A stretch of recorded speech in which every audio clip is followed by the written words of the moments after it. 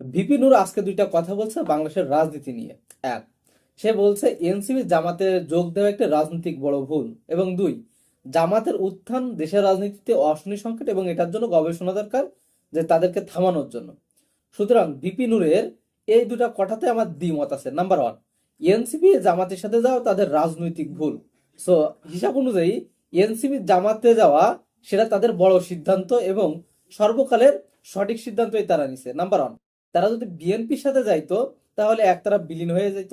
আর number two, যদি তারা স্বতন্ত্র নির্বাচন করতো মানে বা নিজেরাই নির্বাচন করতো তৃতীয় শক্তি হয়ে, তাহলে তাদের জামানত হারিয়ে যেত এই নির্বাচনে এবং তাদের কবর রচনা হতো বাংলার রাজনীতি থেকে, এমন আশা করা যেত। এতে কোনো ভুল নাই। এজন্য জামাতের সাথে যে যে তারা 3%-এর বেশি ভোট পাইছে, তাদের ভোট ব্যাংক বাড়ছে, তাদের জনপ্রিয়তা বাড়ছে, তাদের মনোনীত প্রার্থীরা হাড্ডাহাড্ডি লড়াই করছে বিএনপির সাথে, এটা কম কিসের?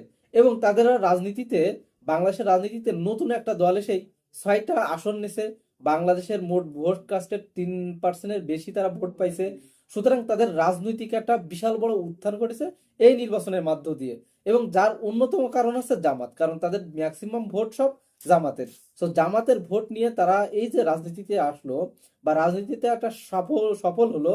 সুতরাং এনসিপির জামাতের সাথে জোট করা বিশাল বড় ভালো সিদ্ধান্ত।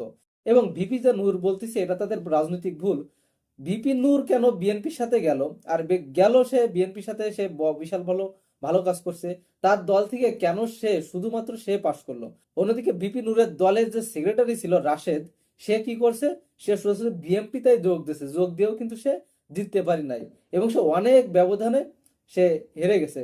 এবং সে সাথে বিএনপি যেসব অ্যালাইন দলগুলো ছিল, যাদেরকে মনোনয়ন দেওয়া হয়েছিল, তারা তাদের আসনে হেরে গেছে বা বিএনপির বিদ্রোহী প্রার্থীরা সেখানে জিতে গেছে। এমনকি বিএনপিতে হয়ে এই যে নির্বাচন করলো ভিপি নূর ট্র্যাক মার্কা নিয়ে, ভিপি নূরেরও জীবন আশঙ্কা ছিল, সে এমনটাই প্রকাশ করছে।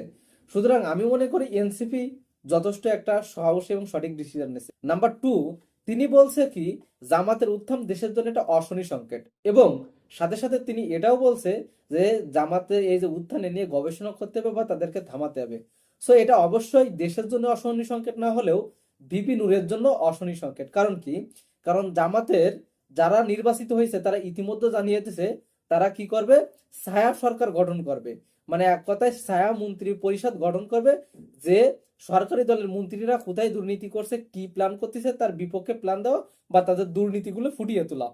সুতরাং জামাত যদি স্মার্টলি এই ডিজাইনটা দিতে পারে সংসদে, সুতরাং যদি স্মার্টনেসের পরিচয় দেয় যে তাদের মন্ত্রী যে টাকা বাজেট হয়েছে, তারা যে প্ল্যানিং করতে সেখানে টাকা মারার ধান্দা, বা তাদের প্ল্যানিংটা ভালো না, তাদের থেকে জামাতের প্ল্যানিংটা ভালো। সুতরাং এটা আগামীর ভবিষ্যতে রাজনীতিতে জামাতের জন্য খুবই পজিটিভ দিক এবং বিএনপির জন্য বা তার অ্যালায়েন্স দলের জন্য খুবই নেগেটিভ দিক। অন্যদিকে জামাত অলরেডি ঘোষণা দিয়েছে, তারা যে আগে বলছিল যে তারা সরকারি প্লট নেবে না, এক, আর নাম্বার দুই বলছিল যে ট্যাক্স ফ্রি গাড়ি নেবে না। এবং তারা ঘোষণায় দিয়ে দিয়েছে যে তাদের যে এমপি গুলো আগামী সংসদে গেছে বা যাবে, তারা এগুলোর সুবিধা নেবে না। সুতরাং তারা যেহেতু নিচ্ছে না, বিএনপি যেহেতু নেবে, কারণ সে সবসময় তো বিকাশেই টাকা নিয়ে, যে কারণে তার বিকাশ নূর নামে সে পরিচিত।